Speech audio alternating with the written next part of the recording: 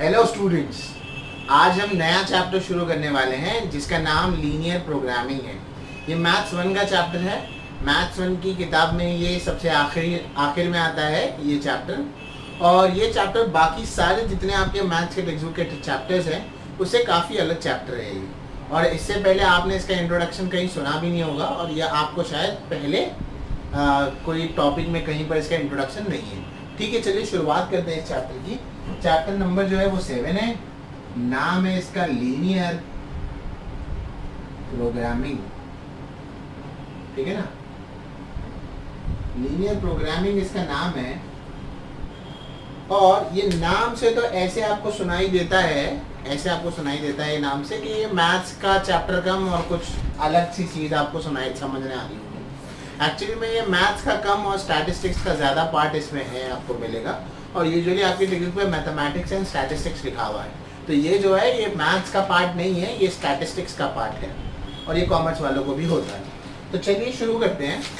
आज हम directly linear programming को नहीं समझेंगे। आज के इंट्रो के लेक्चर में हम लीनियर प्रोग्रामिंग के अलावा जो उसका बेस बनेगा, जहाँ से हम लीनियर प्रोग्रामिंग समझने जाएंगे, हम उस पर बात करेंगे। हम आज सबसे पहले बात करेंगे लीनियर इक्वेशन इन 2 वेरिएबल्स पर। Linear equation in 2 variables. ठीक है, मुझे आप सबको बताने की जरूरत नहीं है, आप क्लास 12 साइंस में पहुंच चुके हैं, तो मुझे ये तो बताने की आपको जरूरत नहीं होगी कि लीनियर इक्वेशन इन 2 वेरिएबल्स कहते किसे। बट अगर आपने एक चीज ऑब्जर्व करी हो, अगर मेरा एक लीनियर इक्वेशन इन 2 वेरिएबल है, सपोज करो वो इस फॉर्म में है ax plus B Y plus C.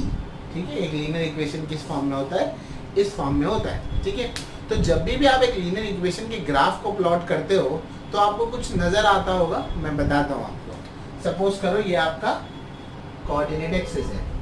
ठीक है, देखो मैं अपनी बात को बताने या समझाने की तरफ आहिस्ता आहिस्ता आपको लेकर जा रहा हूँ, तो उसको थोड़ा सा देखना, वीडियो को जल्दी से फॉरवर्ड मत करो, ध्यान से देखो। तो ये आपका कोऑर्डिनेट एक्सिस है, कार्टेशियन कोऑर्डिनेट जो हम कहते हैं, ये आपका कोऑर्डिनेट एक्सिस पूरा है। ठीक है, ये आपका जो है वो वाई एक्सिस कहलाता है और ये आपका एक्स एक्सिस कहलाता है, ये आपको मालूम है बखूबी। ठीक है, अब जब हम किसी भी लीनियर इक्वेशन के ग्राफ को प्लॉट करते हैं तो बट ऑब्वियस हमें पता है कि वो एक स्ट्रेट लाइन आती है। वो एक स्ट्रेट लाइन जो होती है वो यूजुअली आपको अलग अलग फॉर्मेट में कुछ टाइम इस शेप में दिख सकती है, कुछ दफ़े ऐसे दिख सकती है, मतलब एक ही बात हो गई। कभी आपको वो ऐसे आ सकती है, कभी वो ऐसे आ सकती है, कभी कभी वो लाइन जो है, ठीक है, आपको ऐसे दिखाई देगी, इस साइड से दिखाई देगी। तो अगर आप इन कोऑर्डिनेट एक्सिस में कुछ ऑब्जर्व करेंगे तो आपको दिखाई देगा कि इस लाइन का कुछ हिस्सा जो है कहीं पर एक्स एक्सिस के पॉजिटिव साइड पर चला जाता है। जैसे कि अगर मैं यहाँ पर देखूँ, इस लाइन को देखूँ, सपोज करो ये लाइन जो है ए है। ठीक है, तो यहाँ पर अगर आप देखेंगे तो ये लाइन जो है वो एक्स एक्सिस के पॉजिटिव एक्सिस और वाई एक्सिस के भी कहाँ आ रही है? पॉजिटिव एक्सिस पर आ रही है। अगर आप इस लाइन को देखेंगे तो वो एक्स एक्सिस के नेगेटिव पर, इस लाइन की बात कर रहा हूँ जिसका नाम मैं बी दे रहा हूँ। तो ये अगर बी लाइन की बात करेंगे तो ये जो है एक्स एक्सिस के नेगेटिव और वाई एक्सिस के कहाँ आ रही है? पॉजिटिव साइड की तरफ आ रही है। यानी कि मैं इससे कुछ कंक्लूड कर सकता हूँ कि हर जब भी हम एक लीनियर इक्वेशन की लाइन को प्लॉट करते हैं तो उसके कुछ हिस्से जो हैं ग्रेटर देन 0 पर पढ़ते हैं और कुछ लेस देन 0 पर। ग्रेटर देन 0 यानी कि उसका कुछ हिस्सा जो है पॉजिटिव साइड की तरफ भी जाता है और कुछ हिस्सा कहाँ जाता है? नेगेटिव साइड की तरफ। तो क्या मैं इससे ये कंक्लूड कर सकता हूँ कि ax plus B Y plus C greater than 0 भी हो सकता है, या ax plus B Y plus C less than 0 भी हो सकता है। ठीक है, ये दोनों बातें मैं कंक्लूड कर सकता हूँ। तो अगर ये दोनों बातें मैं कंक्लूड कर सकता हूँ तो मैं इससे ये कंक्लूड करूँगा कि जब भी हम एक लीनियर इक्वेशन को लिखते हैं तो उसके जो कुछ हिस्से होते हैं या कुछ पार्ट्स बनते हैं, वो कुछ आपस में वो पार्ट्स कुछ हिस्सों में कोऑर्डिनेट एक्सिस में क्या हो जाते हैं? डिवाइड हो जाते हैं। बराबर, कुछ पॉजिटिव साइड पर होते हैं और कुछ कहाँ जाते हैं? नेगेटिव साइड पर। तो ये आपकी टेक्स्ट बुक का जो पहला पार्ट है ये आपको पता होना चाहिए। ठीक है, ये एक बात, तो इसको याद रखो। अब हम जाएंगे इसके दूसरे कंसेप्ट पे। ये जो दूसरी बात हमको इसकी पढ़नी है उस पर जाते हैं। इतना आपको समझा है? ठीक है, इतना याद रखें, छोटी सी बात है। हाँ, अब हम जाएंगे इसके दूसरे कंसेप्ट की तरफ। इसका दूसरा कंसेप्ट क्या है? काफी सिंपल कंसेप्ट है इसका दूसरा वाला, जिसे हम कॉन्वेक्स सेट कहते हैं। एग्जाम में कभी पूछता नहीं है, कॉन्वेक्स सेट के बारे में पूछता नहीं है, बट आपको पता होना चाहिए कि कॉन्वेक्स सेट होता क्या है, ठीक है। अब जब मैं कॉन्वेक्स सेट की बात करता हूँ तो कॉन्वेक्स सेट में बेसिकली होता क्या है, देखो कुछ डायग्राम है टेक्स्ट बुक के, मैं सेम वही डायग्राम आपके सामने बनाता हूँ ताकि आपको दिक्कत ना हो समझने में कि कॉन्वेक्स सेट है क्या, ठीक है। जैसे कि यहाँ पर देखो एक यहाँ पर एलिप्स है आपके पास और यहाँ पर एक पॉइंट ए है और यहाँ पर एक पॉइंट बी है, ठीक है। उसके बाद और एक सपोज करो मैं ये वाला बना लेता हूँ,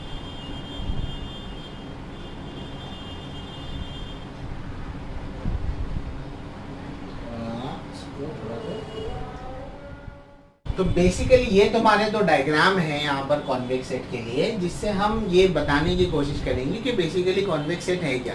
अगर आप ध्यान से देखेंगे पहला वाला जो हमारा डायग्राम है वहाँ पर अगर आप ये दो पॉइंट जो है ये इस डायग्राम के अंदर ही आ रहे हैं।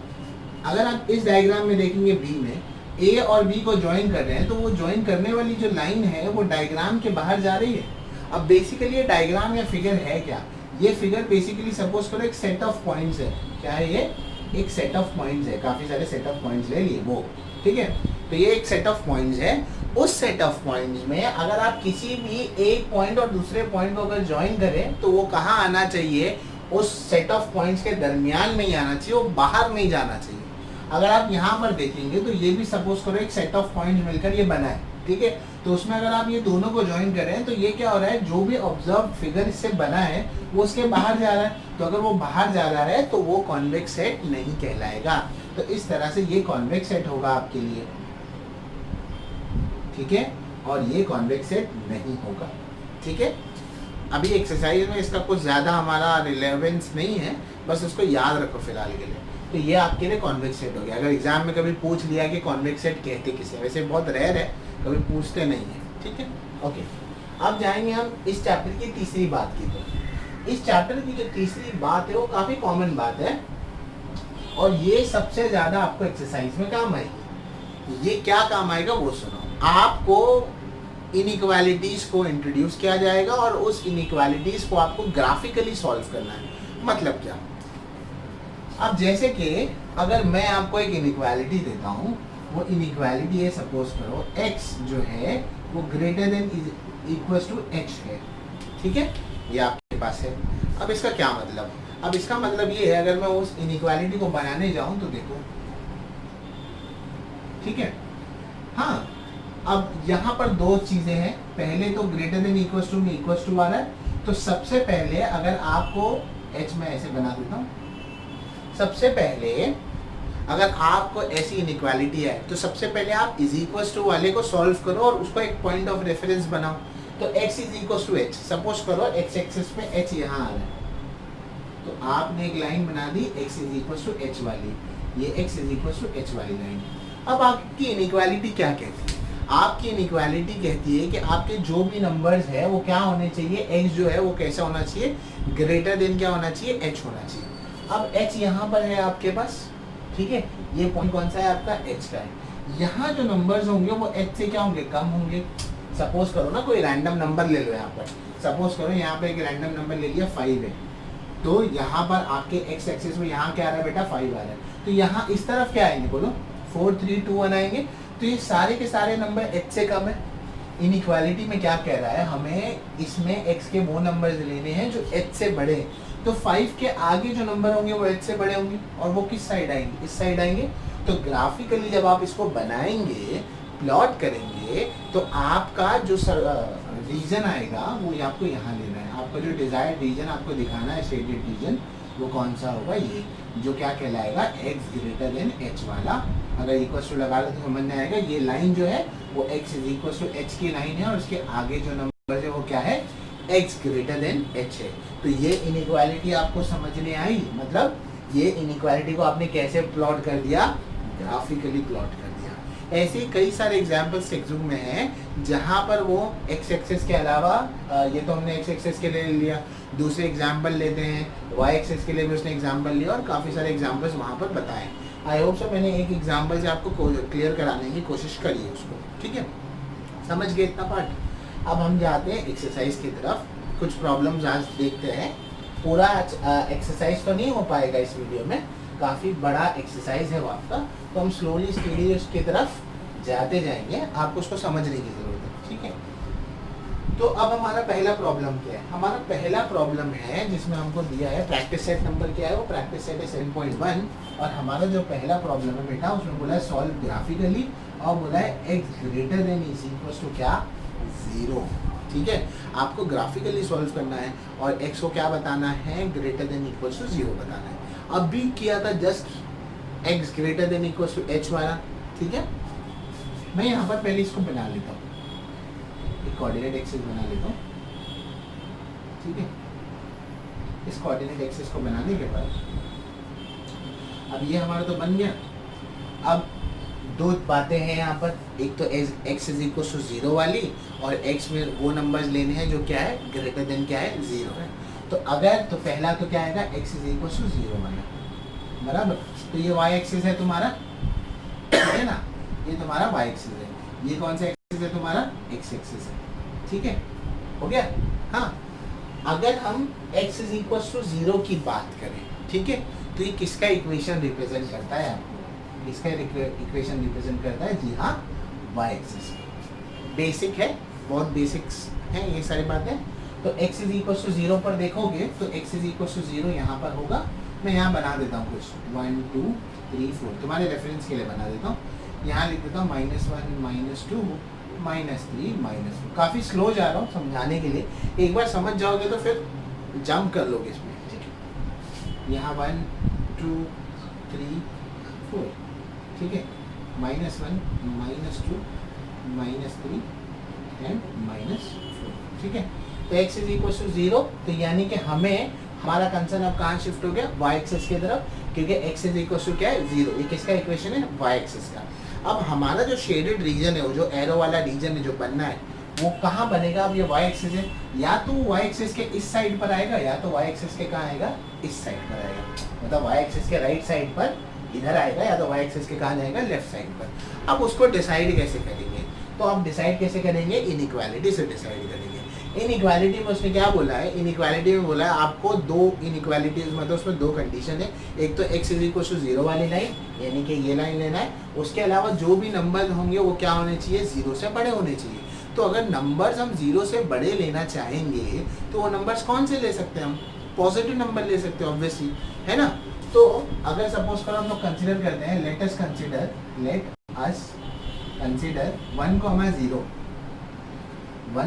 0, ठीक है। अगर हम 1, 0 कंसिडर करते हैं तो बताओ ये 1 यहाँ पर आ रहा है ना, 1, 0 की लाइन ये होगी, ठीक है। अगर हम 1, 0 लेते हैं तो क्या ये इनइक्वालिटी को सेटिस्फाई कर रहा है, देखो 1 x एक्सिस ये क्या था, x greater than equal to 0 था, यानी कि ऐसा नंबर जो क्या हो, किससे बड़ा हो, 0 से क्या हो, बड़ा हो, तो ये नंबर 0 से बड़ा है। y एक्सिस का तो हमारा कंसर्न नहीं था ना, वो तो जो भी नंबर आप ले सकते हो ले लो। तो ये सबसे छोटा नंबर है जो हमने शुरू किया, 0 वाला तो ऑलरेडी ले चुके थे। इसके बाद जो पहला नंबर कौन सा आता, 1 आता। तो अगर ये सेटिस्फाई कर रहा है तो 1 के आगे अगर आप 2 लेंगे, 3 लेंगे, 4 लेंगे, वो सारे के सारे नंबर 1 से बड़े, तो वो इस इनइक्वालिटी को सेटिस्फाई करेंगे। तो बताओ हमारा रीजन कहाँ जाएगा, हमारा रीजन जाएगा इस तरफ, बराबर। हमारा रीजन कहाँ होगा, इस तरफ जाएगा। समझने आया क्यों, क्योंकि अब देख लो इनइक्वालिटी को नॉर्मली देख लो, इनइक्वालिटी में क्या कहा था, x greater than equal to 0 जाना था, तो x के वैल्यू 0 या 0 से बड़े होने चाहिए। तो x का वैल्यू 0 है और उससे अगर बड़े जाने तो कहाँ जाएंगे, इस साइड पर जाएंगे आप। मतलब आपका एक्चुअली में जो बनना है वो कुछ ऐसे बनेगा, यहाँ पर ये सारे वैल्यू 0 वाला था और 0 से बड़े ये सारे वैल्यू। तो ये पार्ट कंसिडर करने के बाद आपने जब इतना पार्ट कंसिडर कर लिया, इस पार्ट को आपने देख लिया, तो अब यहाँ पर ध्यान दो। तो अगर आपने ये 1, 0 वाले पार्ट को देखा तो 1, 0 में मतलब यहाँ से आएगा। और हमारी इनइक्वालिटी क्या कहती है, हमारी इनइक्वालिटी कहती है कि x कहाँ से बढ़ना चाहिए, 0 या उसके आगे से बढ़ना चाहिए। और हमने उसके बाद का सबसे पहला नंबर 1, 0 लेकर देख लिया। y का तो कंसर्न नहीं है ना, क्योंकि इनइक्वालिटी तो x की है, तो हमने सबसे पहला नंबर कौन से ले लिया, 1 ले लिया। तो ये 1 ले लिया, तो क्या ये इनइक्वालिटी को सेटिस्फाई कर रहा है, जी हाँ, ये इनइक्वालिटी को क्या कर रहा है, सेटिस्फाई कर रहा है। तो आपका शेडेड रीजन, ये तो एग्जांपल के लिए था, आपका शेडेड रीजन जो होगा वो कहाँ से कहाँ तक जाएगा, तो आपका शेडेड रीजन एक्चुअली शुरू हो जाएगा यहाँ से, और यहाँ से क्या होगा आगे तक जाता जाएगा, ठीक है ना, ठीक है। तो आपके शेडेड रीजन क्या होंगे यहाँ पर। अगर ये सोच रहे हो नेगेटिव वैल्यू के बारे में, तो बेटा मैंने अभी कहा आपको हमारा y का कंसर्न नहीं है, क्योंकि हमारी इनइक्वालिटी x के कंसर्न से। तो यहाँ से जो भी नंबर लोगे आप x पे, तो कौन से नंबर्स होंगे, आपको पॉजिटिव ही नंबर्स तो मिलेंगे ना, समझ गए। अब जाएंगे हम दूसरे सवाल की तरफ, ठीक है। अच्छा, इसके और अगर डिटेल में थ्योरी नोट्स चाहिए, कि इसके थ्योरी नोट्स है तो मैं उसको अपलोड कर दूंगा, ठीक है, व्हाट्सएप पर या इंस्टाग्राम हैंडल पर, तो वहां से देख लेना, ठीक है। अब हम जाएंगे इसके सेकंड क्वेश्चन की तरफ। इसका सेकंड क्वेश्चन उसी की तरह है, जो आपका कंसेप्ट को अच्छा करेगा, बस ये दिया है कि x less than equals to क्या है, 0 है। कैसे करेंगे बताओ इसको। अब हमने ये ड्रॉ कर ली, कोऑर्डिनेट एक्सिस ड्रॉ कर लिया आपने, हाँ, ये आपकी 0 हो गई, ये 1 हो गया, ये 2 हो गया, ये 3 हो गया, ये बेटा क्या हो गया, 4 हो गया, ये क्या हो गया -1, ये क्या हो गया -2, ये क्या हो गया -3, ये क्या हो गया -4, ये क्या हो गया 1 2 3, और ये क्या हो गया 4, ये क्या होगा -1 -2 -3 -4, ठीक है ना। अब नेक्स्ट टाइम में मैं इसको मिटाता नहीं हूँ, एक ही में बना देंगे सब, ठीक है। x less than equal to 0 है, तो जब भी ऐसा केस रहता है तो पहले आप क्या लिखेंगे, x इज इक्वल टू 0, है ना, x इज इक्वल टू 0, यानी कि ये लाइन अगर x इज इक्वल टू 0 है, तो अब हमारा सेंटर ऑफ अट्रैक्शन कहाँ जाएगा, y एक्सिस की तरफ, क्योंकि x इज इक्वल टू 0 किसका इक्वेशन हो जाएगा, y एक्सिस के लिए। अब आप यहाँ पर आ गए। अब यहाँ पर आने के बाद अब कोई एक पॉइंट चूज करते हैं, जिससे हमको पता लगाएंगे कि हमारा शेडेड रीजन y एक्सिस के इस साइड पर आएगा या y एक्सिस के इस साइड पर आएगा। उसके लिए सपोज करो लेट अस कंसीडर 1,0। अगर हम 1,0 ले लेते हैं, ठीक है, हाँ पूरा लिख देता हूँ मैं, सॉरी लेट अस कंसीडर 1,0। अगर हम 1,0 लेते हैं तो अब की बार देखो क्या होगा। अगर मैं 1,0 लूंगा तो मेरी इनइक्वालिटी क्या सेटिस्फाई हो रही है, मेरी इनइक्वालिटी में कहा है या तो x 0 के इक्वल हो या तो 0 से छोटा होना चाहिए, और हमारा number x is equal to, यहाँ पर हम क्या कंसिडर कर रहे हैं, 1 कंसिडर कर रहे हैं, जो कि 0 से क्या है, ग्रेटर है। अगर ये 0 से ग्रेटर है तो ये हमारी इनइक्वालिटी को सेटिस्फाई नहीं कर सकता। तो हम लिखेंगे यानी कि 1,0 तो लिखेंगे देयरफॉर दिस पॉइंट, देयरफॉर ऐसे लिखता हूँ, दिस पॉइंट नहीं लिखता हूँ, या ऐसे लिखते हैं, therefore 1,0 do not satisfy the inequality. तो ये इनइक्वालिटी को सेटिस्फाई नहीं करता।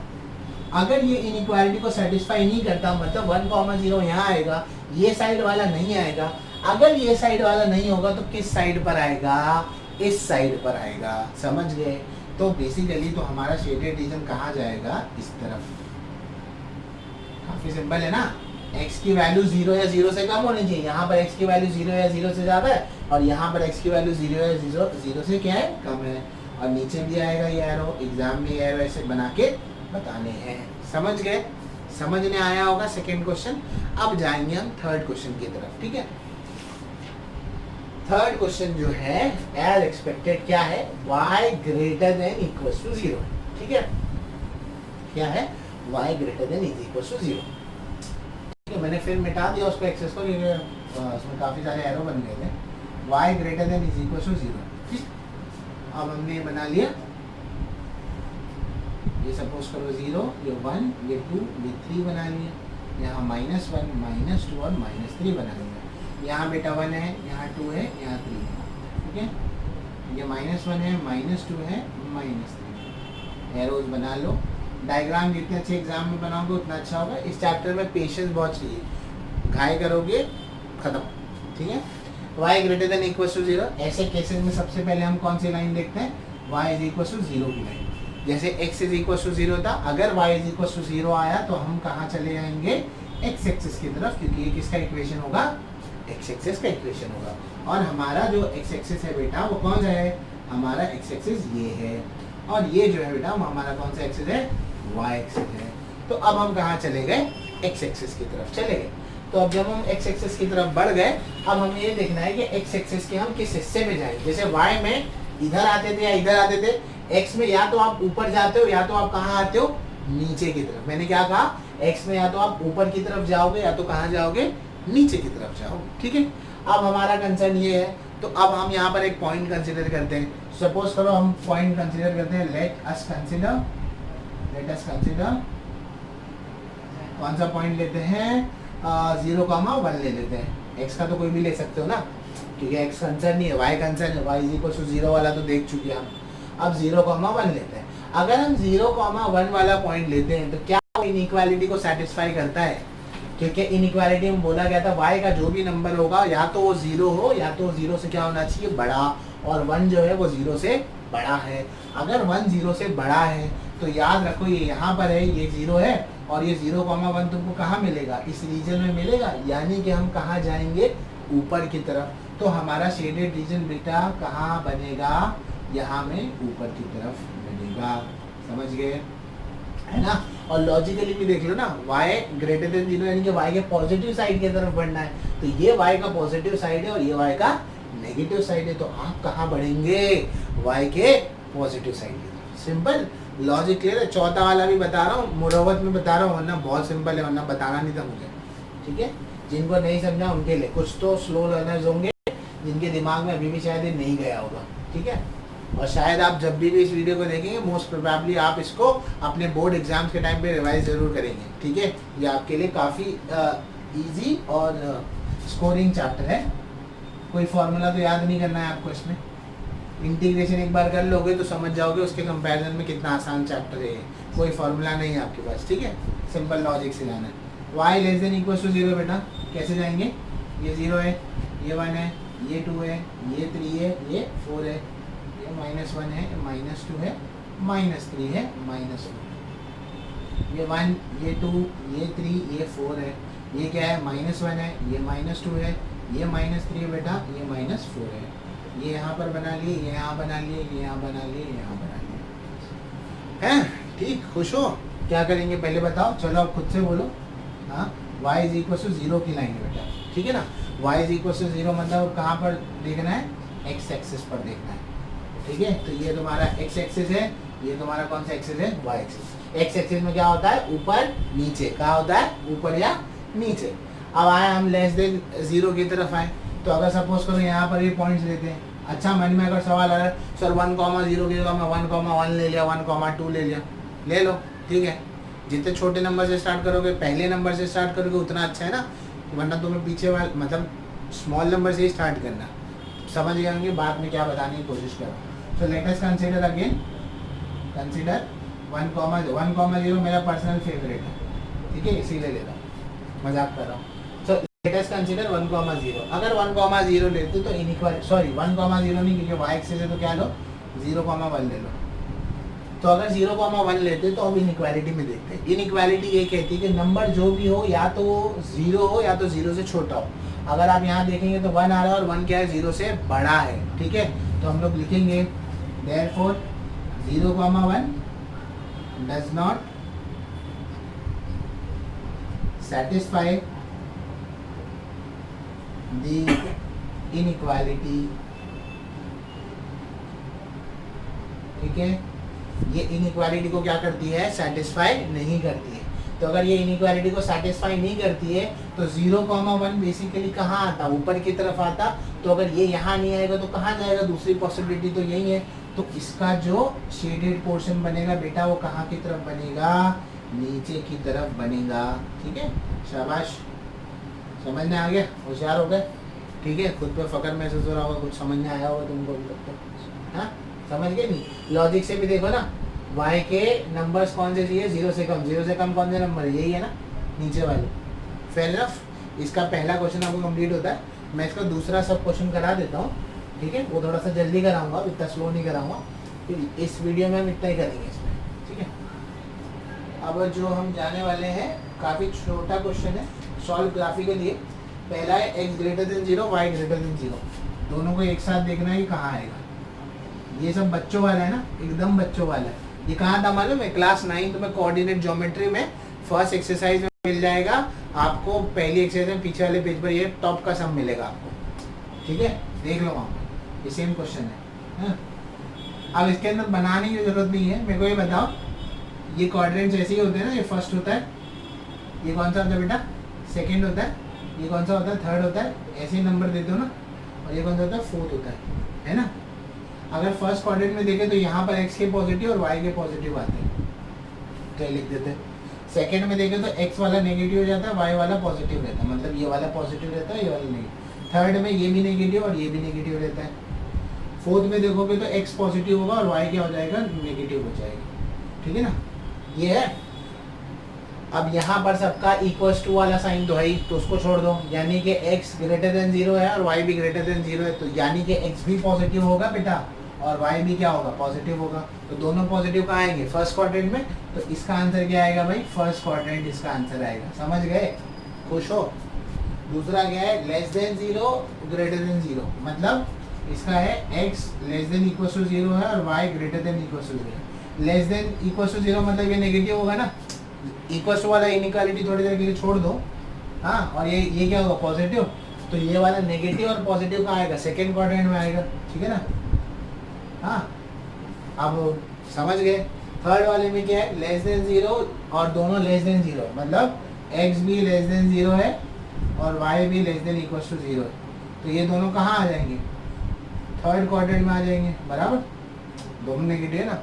क्वेश्चन नंबर 4 देखने की तो जरूरत ही नहीं है, ठीक है। पहला हो गया, दूसरा क्वाड्रेंट हो गया, तीसरा हो गया, चौथे में वही बोलेगा वो, चौथे का उल्टा क्वेश्चन बना लो। बताओ इसका क्वेश्चन क्या बनेगा, इसका क्वेश्चन पॉजिटिव है तो x क्या होगा, ग्रेटर देन 0, और नेगेटिव होगा तो y क्या होगा, लेस देन इक्वल टू 0। ये कहाँ आएगा, फोर्थ क्वाड्रेंट में आएगा। इस तरह से ये तुम्हारा क्या होता है, यहाँ पर इस क्वेश्चन को ख़त्म करते हैं।